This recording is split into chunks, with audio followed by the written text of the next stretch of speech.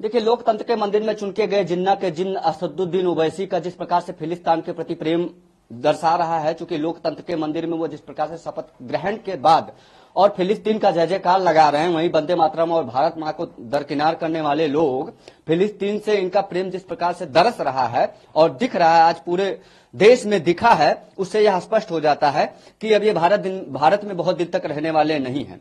ऐसे लोग जिहादी मानसिकता के हैं, जो भारत में शरीयत कानून को लागू करना चाहते हैं, जो भारत को इस्लामिक बैनर के नीचे लाना चाहते हैं। मैं मानता हूं कि ऐसे लोगों की अब कोई जगह भारत में है नहीं।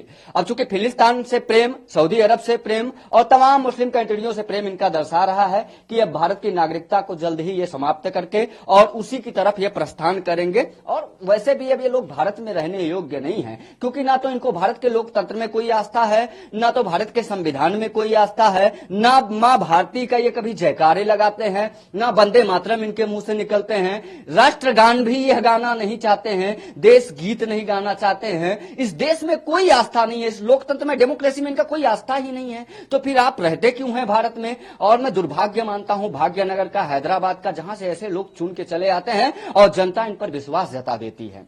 और यही लोग जब लोकतंत्र के मंदिर में शपथ ग्रहण करते हैं तो जय फिलिस्तीन लगाते हैं।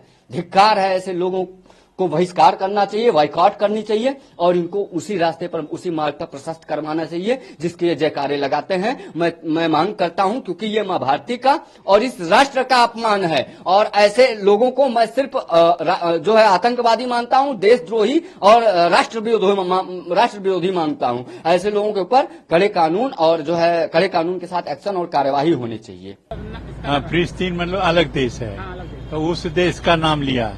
यहाँ रहने वाला भारत का है, चुनाव जीता भारत में और नाम लिया वहाँ फिलिस्तीन का, उस देश का। ऐसे आदमी इन्हीं को देशद्रोही कहा जाता है। वो देशद्रोही है और इस देश से, हमारे देश से उसका कोई मतलब नहीं है।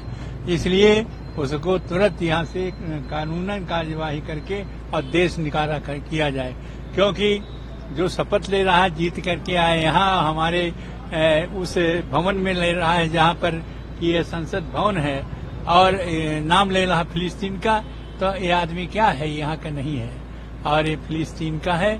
और यहाँ पर ये जो आकर के इनके पूर्वजों ने बैठ गए हैं, तो ये केवल हमारे देश को खोखला बनाने के लिए, हमारे देश को कमजोर बनाने के लिए, हमारे देश के प्रति इसको घृणा है और इसीलिए ऐसे घृणा करने वाले व्यक्ति के ऊपर सख्त कार्रवाई करना चाहिए और इसको यहाँ से तुरंत भगा देना चाहिए, क्योंकि ये देशद्रोही और देशद्रोह का मुकदमा इसके ऊपर चलना चाहिए।